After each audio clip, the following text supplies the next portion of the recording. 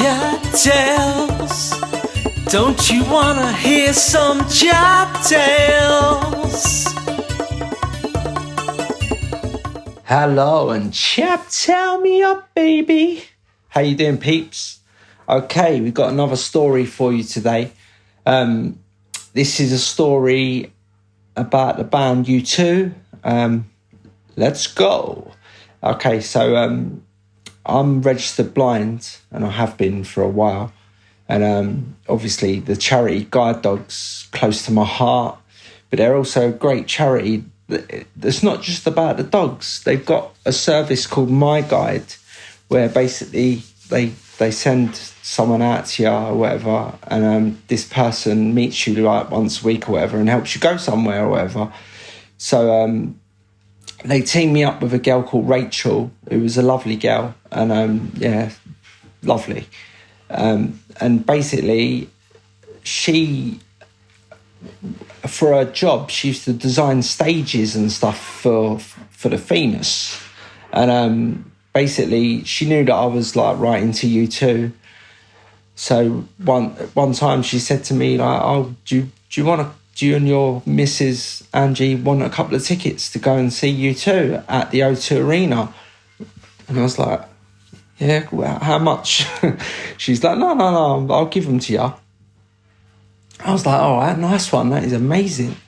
So went to the O2 and that, went in, and then realised that not only is she like giving us tickets to see U2, which is amazing, we get to be like backstage, and we get to stand like this section that we was watching the band from, like it's just all like all sort of famous people or whatever, I don't know. But it was funny actually, because when we got in there and we got to our it was actually standing, but it was like this bit near the stage, the side of the stage, like, and we got there like, and we got a drink and that. We're standing by the thing waiting like for the place to fill up and that, and looked over, and Noel Gallagher and his wife Sarah, and I think they might have had one of their sons with them, I'm not sure, or Noel's daughter maybe, I don't know.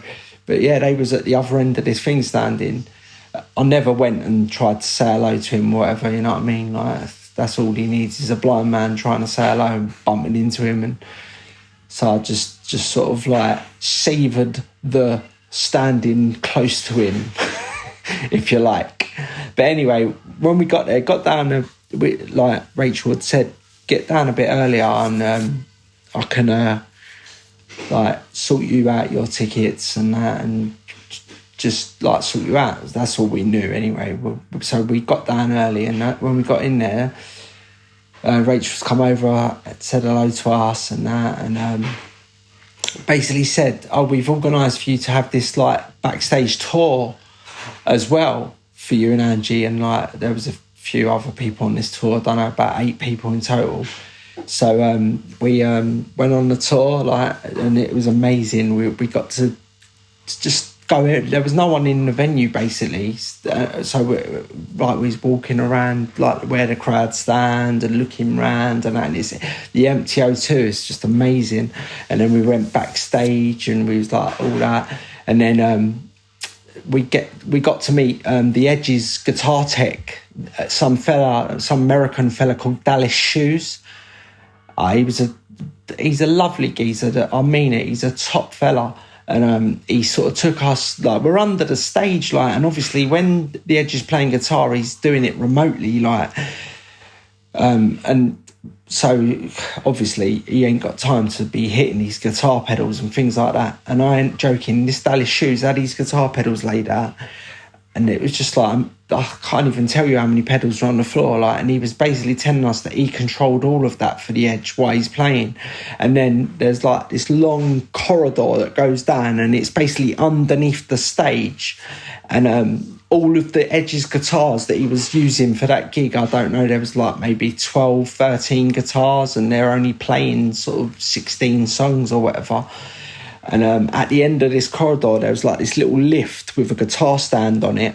And then basically he had to run down, put the guitar on the stand, and then boom, it went up onto the stage. And then the Edge would swap guitars and put it back on the stand. He'd bring it down, he'd take it. If the Edge was reusing that guitar, he'd retune it, get it all ready for him.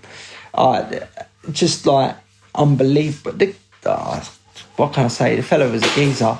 It was like, he to me, that is definitely, like, he's definitely a member of U2. He's like the 5th member. And so after we were chatting to him for a little while, he gave me a plectrum, like with I can't remember what was on it, U2 and all that, like some special plectrum that the Edge uses or whatever. But it was like nice for him to do that. And then we went out onto the stage.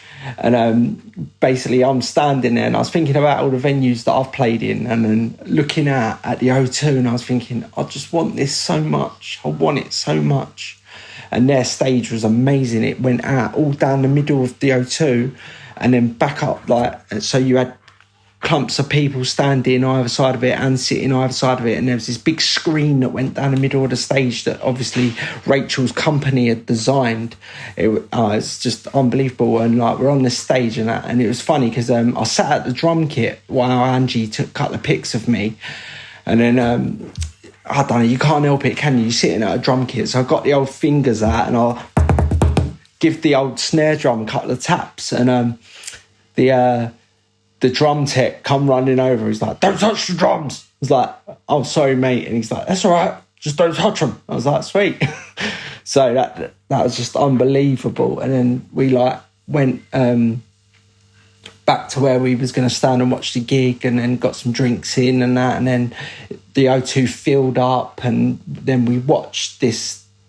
Like, they put a right show on U2, you know what I mean? It ain't just like a gig like Oasis are sort of like just stand on a stage, you know what I mean? Well, there's something about Oasis that they can do that, you know what I mean?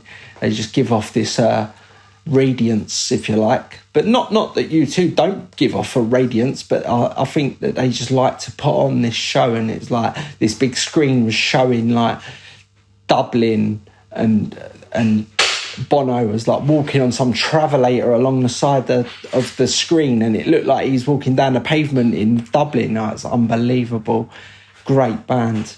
So I mean, just sat there watching that, and then when it's finished and that, we met up with Rachel and her boss and someone else, and then like as we're leaving the O2, I'm thinking like the amount of times I've been there seeing bands, and I know about that bloody queue to the tube station and all that. And then, like, it weren't like anyone couldn't do this, but I suppose people just don't think. But the old bus on the Thames, we like shot down a little another way, and like only a few people have thought of using this like water bus. But we jumped on that, and it took us down to like, I don't know where, to cross the river from the London Eye, like near Embankment, Charing Cross, sort of. And so we got on the boat with them, and we're having beers on the boat and that. It was just like a great night. And then we went from there to the tube station, and obviously split up from Rachel and her boss and that, and me and Angie went home. But I'm so grateful to Rachel for that. That was unbelievable for you to do that for me and Angie. You know what I mean? We're proper grateful to you for that, Rachel. It's funny because she's from like Peckham, South London, and she was like working in King's Cross, living up this way, and then she had to move home to Peckham, like, and it was a bit far to come and take me on days out, or just come to the gym with me. She actually used to come swimming with me, and like, you know, like you think you can swim, and then you get in a pool with someone that's like, she swum the channel and all that, like, but you get in a pool with someone who properly can swim, and they're like, you're not doing it right. I'm like, okay, show me. But unbelievable. That was a night to remember. If there's ever a night to remember, that was a night to remember. And a big, massive thank you to Rachel for that, from me and from Angie. Amazing. All right, so that's the end of this chapter. Hope you enjoyed it, and I will speak to you soon. Mwah. Chap tales. Don't you wanna hear some chap tales?